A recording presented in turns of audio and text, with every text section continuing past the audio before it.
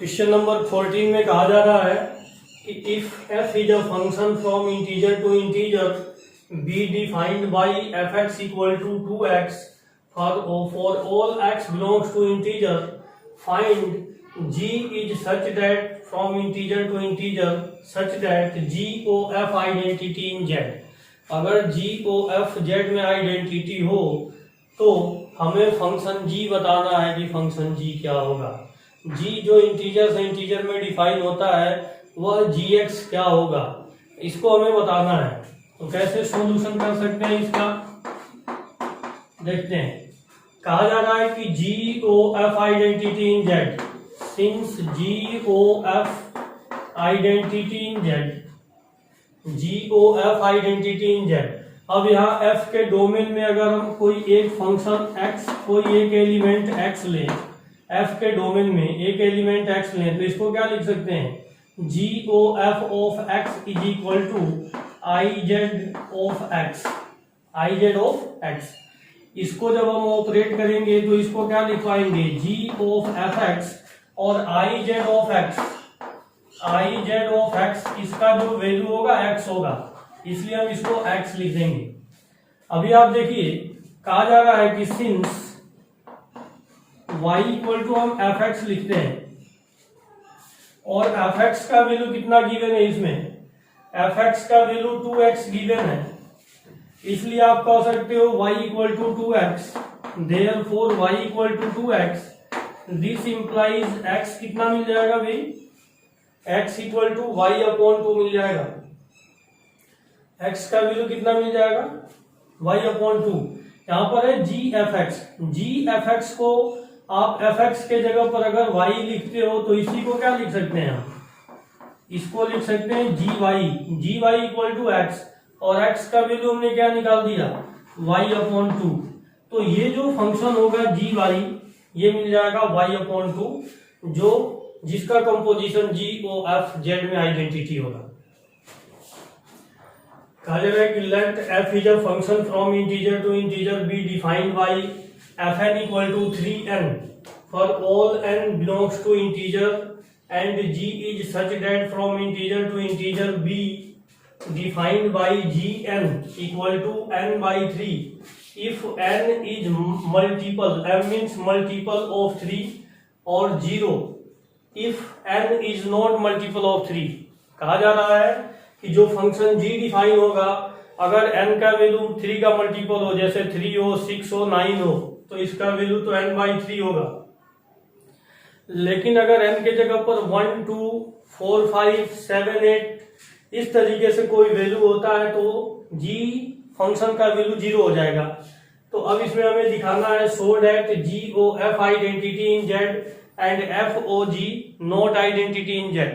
तो सॉल्यूशन कैसे कर सकते हैं, पहले हम इसमें देखें कि g o f और f o g दोनों डिफाइन होता है या नहीं होता है। तो आप यहां पर देखिए जो रेंज ऑफ f है, रेंज ऑफ f ये z है, और domain of g, domain of g, domain of g ये भी z है। इसलिए आप कह सकते हो कि range of f equal to domain of g। Domain of g कैसे पता चला, ये है रेंज ऑफ f और ये है डोमेन ऑफ g। तो इसमें कहा जा रहा है कि रेंज ऑफ f इंटीजर है और डोमेन ऑफ g भी इंटीजर है, और ये दोनों आपस में बराबर है। इसको लिखा गया range of f equal to domain of g। तो जब रेंज ऑफ f और डोमेन ऑफ g इक्वल होगा, इसलिए हम कहेंगे g o f exist, g o f exist करेगा। फिर से जब हम f o g की बात करेंगे तो नाउ f o g की हम बात करें तो कहेंगे रेंज ऑफ g का रेंज क्या है, g का रेंज इंटीजर है, और डोमेन ऑफ f क्या है, ये भी इंटीजर है। देखिए डोमेन ऑफ f इंटीजर है, तो हम कह सकते हैं कि range of g equal to domain of f। ये दोनों इक्वल है, इसलिए FOG भी एग्जिस्ट करेगा। तो GOF और FOG दोनों एग्जिस्ट करेगा। अब हम इसमें निकालेंगे GOF क्या होगा। नाउ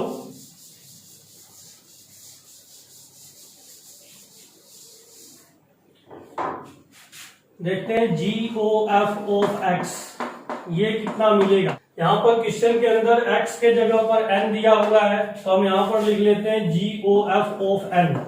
तो इसको लिख सकते हैं G ऑफ Fn, और Fn का वैल्यू कितना है, Fn का वैल्यू है 3n, इसलिए हम इसको लिख पाएंगे 3n। क्या लिख पाएंगे 3n। अब यहाँ पर n क्या है, 3 का मल्टीपल है, 3n मीन्स 3 का मल्टीपल है। इसमें कहा गया है कि अगर n 3 का मल्टीपल हो तो gn का वैल्यू n/3 मिल जाएगा। इसलिए आप यहाँ पर देख रहे हो कि 3 का मल्टीपल है, इसलिए इसका वैल्यू क्या मिल जाएगा n/3। क्या मिलेगा n/3 मिल जाएगा। तो n के जगह पर यहाँ क्या लिखा है 3n लिखा है, तो इसको लिख देंगे 3n/3, क्योंकि यहाँ पर n होता है तो n/3 लिखते हैं।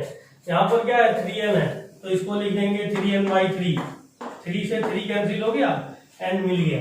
यह n हमने शुरू में ही लिया था, शुरू में मीन्स इसको हम लेते हैं डोमेन ऑफ f में।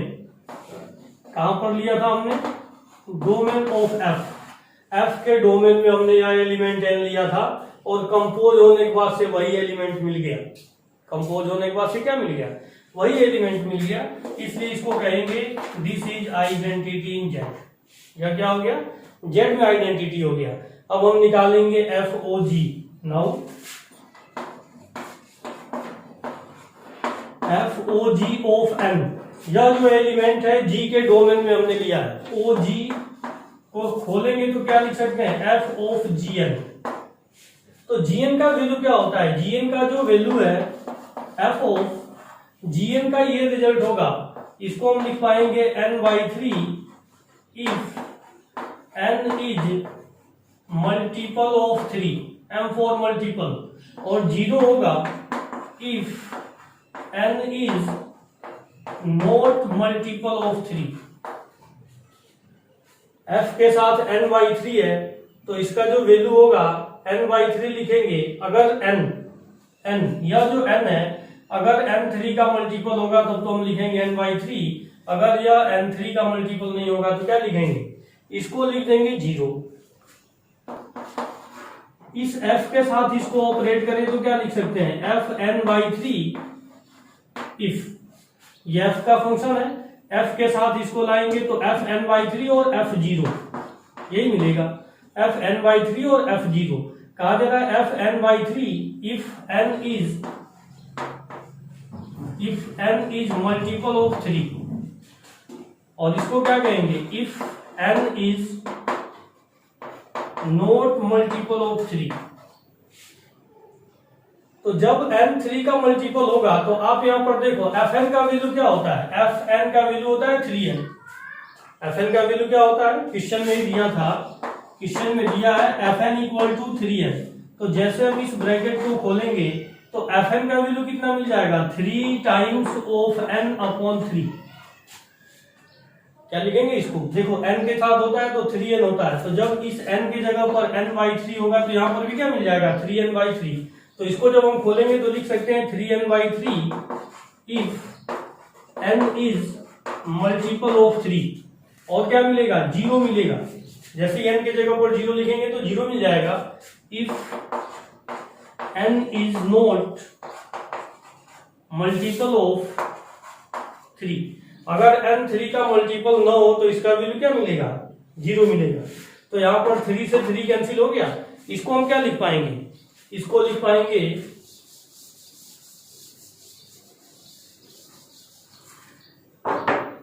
3 से 3 कैंसिल हो गया तो हम क्या लिख पाएंगे, इसको लिख पाएंगे n। क्या लिख पाएंगे n if n is multiple of 3, और 0 लिखेंगे if n is not multiple of 3। तो आप यहां पर देख रहे हो कि जो n है, n का वैल्यू जब 3 का मल्टीपल होगा, 3 का मल्टीपल होने का मतलब है 3 हो, 6 हो, 9 हो, 12 हो, 15 हो तब तो इसका वैल्यू n मिलेगा। लेकिन जो बाकी जो नंबर है इंटीजर का बाकी नंबर है, जैसे 1 है, 2 है, 4 है, 5 है, 7, 8, 10, 11, ऐसे जो नंबर हैं उस नंबर पर इसका वैल्यू क्या मिलेगा? 0 मिलेगा। इसका मतलब कि हमेशा ही इसका कंपोजिशन n नहीं मिलने वाला है। जैसे हमेशा कंपोजिशन, पहले जो हमने कंपोजिशन किया था, डोमेन f के डोमेन में n लिया था तो कंपोज होकर के n मिल गया। तब हमने कहा आइडेंटिटी बनेगा z में, या हमेशा आइडेंटिटी नहीं बनाएगा। आइडेंटिटी तभी बनाएगा जब वह n3 का मल्टीपल हो। इसलिए कह सकते हैं कि नॉट आइडेंटिटी इन z। किसको निकाला था हमने? ये किसको निकाला था हमने? FOG को। तो FOG not identity in z। ये आंसर है कि if fx equal to e की power x and gx equal to log x when x is positive, find FOG and GOF। फिर से पूछा जा रहा है कि क्या GOF का डोमेन और FOG का डोमेन आपस में बराबर होगा। ऐसे आपको बताना है कि FOG का डोमेन और GOF का डोमेन आपस में बराबर होगा या नहीं होगा। तो हम यहाँ पर सबसे पहले देखते हैं कि इसका डोमेन और रेंज क्या होगा। fx इक्वल टू e की पावर x है। fx इक्वल टू क्या है? e की पावर x है। हम यहाँ पर x के जगह पर कोई भी नेगेटिव या पॉजिटिव वैल्यू लिख सकते हैं। तो आप इसमें कह सकते हो कि डोमेन ऑफ f तो रियल नंबर है। डोमेन ऑफ f क्या है? रियल नंबर है। लेकिन जैसे ही एक्सपोनेंशियल के ऊपर हम x के जगह पर नेगेटिव या पॉजिटिव कोई भी वैल्यू लिखेंगे तो जो इसका रिजल्ट होगा हमेशा 0 से बड़ा होगा। मीन्स जो f का रेंज होगा, f का जो रेंज होगा, रेंज ऑफ f का रेंज होगा हमेशा 0 से इंफिनिटी होगा। हमेशा क्या होगा? 0 से इंफिनिटी होगा। मीन्स पॉजिटिव रियल नंबर होगा। वैसे ही डोमेन ऑफ g क्या होगा? डोमेन ऑफ g का डोमेन इसमें आप देख रहे हो, कहा जा रहा है x का वैल्यू हमेशा पॉजिटिव लेना है। मीन्स g का डोमेन 0 से इंफिनिटी है। g का डोमेन क्या है? 0 से इंफिनिटी है। तो इसका रेंज क्या होगा? इसका रेंज होगा हम यहां से देख रहे हैं। देयरफॉर आप ये कह सकते हो domain of range of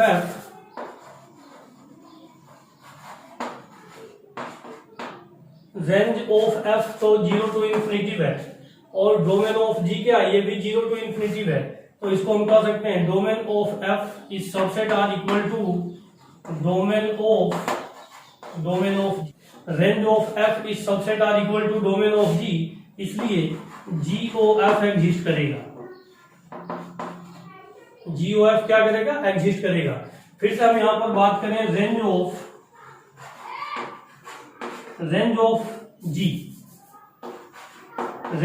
g देखें।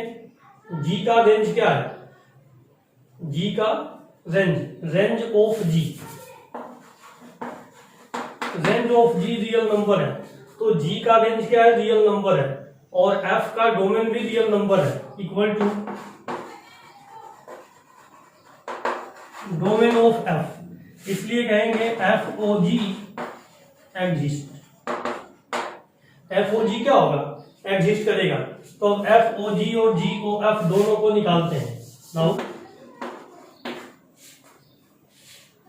FOG ऑफ x कितना मिल जाएगा? f ऑफ gx, और gx का वैल्यू log x है। तो f log x। यहां पर देखिए f के साथ x होता है तो इसका वैल्यू मिलता है e की पावर x। अब f के साथ log x है तो इसका वैल्यू क्या मिलेगा? e की पावर log x। तो e और log एक दूसरे को कैंसिल कर देगा, यहां से मिल जाएगा x। नाउ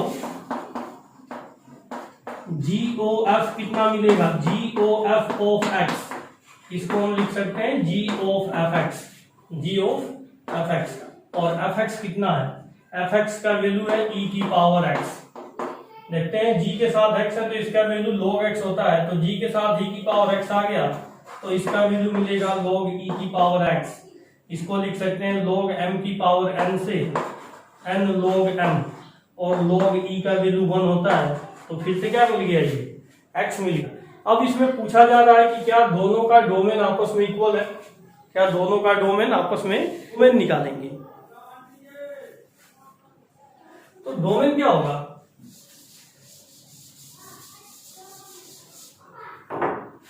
देखते हैं।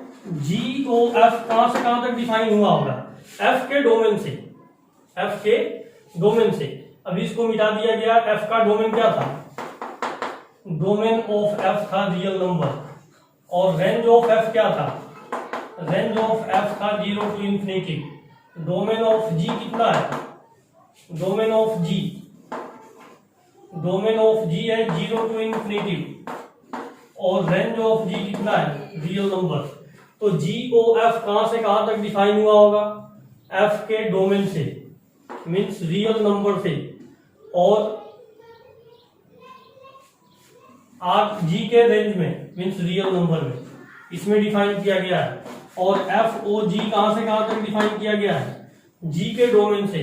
G का डोमेन क्या है, 0 to इंफिनिटी, और F के रेंज में, F का रेंज क्या है, 0 to इंफिनिटी। ये ऐसे डिफाइन होता है। तो GOF का डोमेन तो रियल नंबर है, और FOG का डोमेन 0 to इंफिनिटी है। इसलिए हम कहेंगे therefore domain of GOF not equal to domain of FOG। इसलिए हम कह सकते हैं कि GOF का डोमेन और FOG का डोमेन आपस में इक्वल नहीं होगा।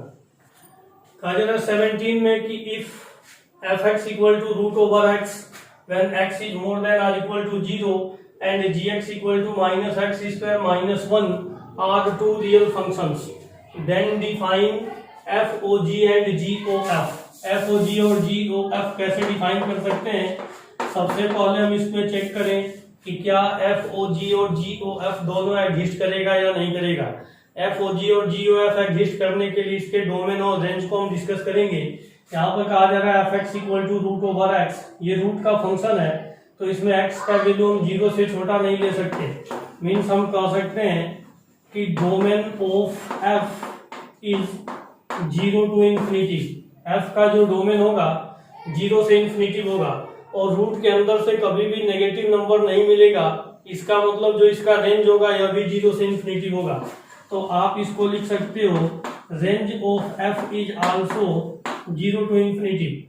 दूसरी बात, जो फंक्शन g है, फंक्शन g का डोमेन क्या होगा, domain of g। Domain of g यहाँ पर हम कोई भी रियल वैल्यू लिख सकते हैं, कोई भी रियल वैल्यू क्या कर सकते हैं, लिख सकते हैं। यहाँ पर कोई भी रियल वैल्यू लिखा जा सकता है, तो ये तो रियल वैल्यू होगा। लेकिन जो रेंज ऑफ g होगा, रेंज ऑफ g क्या होगा, रेंज ऑफ g, यहाँ पर हम देख रहे हैं कि ये सभी नेगेटिव वैल्यू है, तो इसका रेंज हमेशा नेगेटिव होगा। मीन्स माइनस इन्फिनिटी से 0 के बीच में होगा, माइनस इन्फिनिटी से 0 के बीच में होगा।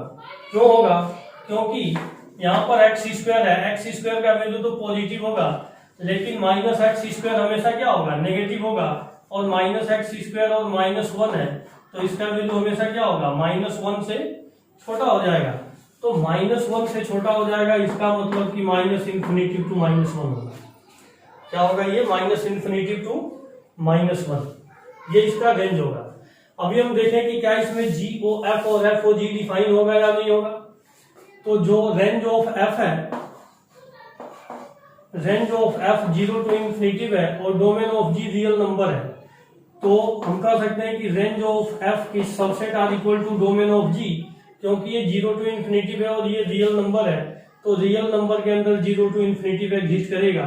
इसलिए आप कह सकते हो कि range of f is subset or equal to domain of g। This implies GOF exist. GOF क्या करेगा, एग्जिस्ट करेगा। इसे हम चेक कर सकते हैं कि नाउ अगेन, अब FOG की हम बात करें तो क्या range of f, range of f क्या है, sorry range of g, range of g है, range of g minus infinity to minus 1 है, और डोमेन ऑफ f क्या है, 0 से प्लस इन्फिनिटी है। तो ये सभी नेगेटिव नंबर है और ये सभी पॉजिटिव नंबर है। यहाँ पर देख रहे हैं कि ये सभी पॉजिटिव नंबर है, और इधर क्या -1 से छोटा है, मीन्स नेगेटिव नंबर है, तो ये सबसेट नहीं है डोमेन ऑफ जी के, डोमेन ऑफ एफ के, सॉरी डोमेन ऑफ एफ के सबसेट नहीं है। तो जब डोमेन ऑफ एफ के सबसेट नहीं होगा, डोमेन ऑफ एफ के सबसेट नहीं होगा, इसलिए हम कह सकते हैं कि F O G does not exist, F O G does not exist. अगर इसमें कुछ एलिमेंट कॉमन होता, कुछ एलिमेंट अगर कॉमन होता इसके अंदर -इंफिनिटी से -1 और 0 से इंफिनिटी के बीच में अगर कुछ एलिमेंट कॉमन होता, तो जो एलिमेंट कॉमन होता उसके लिए एफ ओ जी एग्जिस्ट करता। लेकिन हम देख रहे हैं कि इसमें कोई भी एलिमेंट कॉमन नहीं है। तो जब कोई भी एलिमेंट कॉमन नहीं है तो किसी भी एलिमेंट के लिए एफ ओ जी एग्जिस्ट नहीं करेगा। तो जब एफ ओ जी एग्जिस्ट नहीं करेगा तो जिसके लिए एग्जिस्ट करता है, जैसे यहाँ पर कहा गया जी ओ एफ एग्जिस्ट करेगा, तो हम जी ओ एफ निकाल सकते हैं। Now G O F of X, इसको लिख सकते हैं जी ऑफ एफ एक्स। तो जी ऑफ एफ एक्स का वैल्यू क्या है, √/x है, √/x है, और g के साथ x होता है तो इसका वैल्यू होता है -x² -1। तो g के साथ √/x है तो ये मिल जाएगा √/x का स्क्वायर -1, तो -x -1, ये हो जाएगा GOF ऑफ x। ये ऐसे निकालेंगे।